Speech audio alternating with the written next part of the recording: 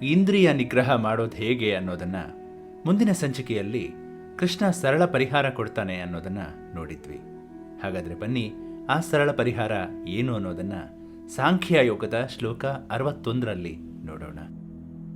ತಾನಿ ಸರ್ವಾಣಿ ಸಂಯಮ್ಯ ಯುಕ್ತ ಆಸಿತ ಮತ್ಪರಃ ವಶೀಹಿ ಯಸ್ಯೇಂದ್ರಿಯಾಣಿ ತಸ್ಯ ಪ್ರಜ್ಞಾ ಪ್ರತಿಷ್ಠಿತ.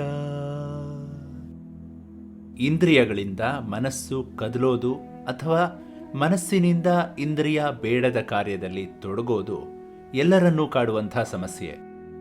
ಈ ಸಮಸ್ಯೆಯಿಂದ ಈಚೆ ಬರಬೇಕಾದರೆ ನಾವು ಇಂದ್ರಿಯಗಳು ಅನ್ನುವಂಥ ಕುದುರೆಗಳನ್ನು ಪಳಗಿಸಿ ಮನಸ್ಸು ಅನ್ನುವಂಥ ಕಡಿವಾಣದಲ್ಲಿ ಅವುಗಳನ್ನು ಬಿಗಿದು ಅದು ಸಡಿಲವಾಗದ ಹಾಗೆ ಹಿಡಿದುಕೊಳ್ಬೇಕು.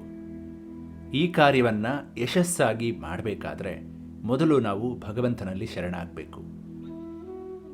ಈ ಜವಾಬ್ದಾರಿಯನ್ನು ನನಗೊಪ್ಪಿಸು ಅಂತ ಹೇಳ್ತಾನೆ ಶ್ರೀಕೃಷ್ಣ. ಎಂತಹ ಭರವಸೆ! ನನ್ನ ಇಂದ್ರಿಯಗಳು ದಾರಿ ತಪ್ಪದ ಹಾಗೆ ನನ್ನೊಳಗೇ ಇದ್ದು ಪ್ರೇರೇಪಿಸು ಭಗವಂತ. ನಿನ್ನ ಚಿಂತನೆಯ ಶಕ್ತಿ ನಿರಂತರ ನನ್ನ ಮನಸ್ಸಿನಲ್ಲಿ ಉಳಿಯುವಂತೆ ಮಾಡು ಅಂತ ಭಗವಂತನನ್ನು ಪ್ರಾರ್ಥಿಸಬೇಕು. ಭಗವಂತನಲ್ಲಿ ಶರಣಾಗತಿಯನ್ನು ಪಡೆಯದೆ ಎಲ್ಲವನ್ನೂ ಸ್ವಪ್ರಯತ್ನದಿಂದ ಮಾಡ್ತೀನಿ ಅಂದರೆ ಅದು ಅಸಾಧ್ಯ. ಪ್ರಯತ್ನ ಮಾಡಬೇಕು.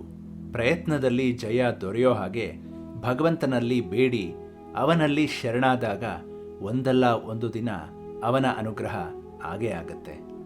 ಆಗ ಸಂಪೂರ್ಣ ಇಂದ್ರಿಯ ನಿಗ್ರಹ ಸಾಧ್ಯ.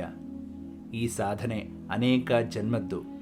10 ದಿನ ಸಾಧನೆ ಮಾಡಿ ನಿರಾಸೆಯಾಗಿ ನಾಸ್ತಿಕನಾಗದೆ ನಿರಂತರ ಸಾಧನೆ ಮಾಡಿದರೆ ಯಶಸ್ಸು ನಮ್ಮದಾಗತ್ತೆ. ಯಾರ ಇಂದ್ರಿಯಗಳು ಅವನ ವಶಕ್ಕೆ ಬಂದಿರುತ್ತೋ ಅವನ ಅರಿವು ಗಟ್ಟಿಯಾಗತ್ತೆ. ಅವನು ಜೀವನದಲ್ಲಿ ಸಾಧನೆಯ ಹಾದಿಯನ್ನು ಗೆಲ್ತಾನೆ ಅನ್ನೋದು ಕೃಷ್ಣನ ಮಾತು. ಮುಂದಿನ ಶ್ಲೋಕದೊಂದಿಗೆ ಮತ್ತೆ ಭೇಟಿಯಾಗೋಣ. ಅಲ್ಲಿವರೆಗೂ ಎಲ್ಲರಿಗೂ ನಮಸ್ಕಾರ.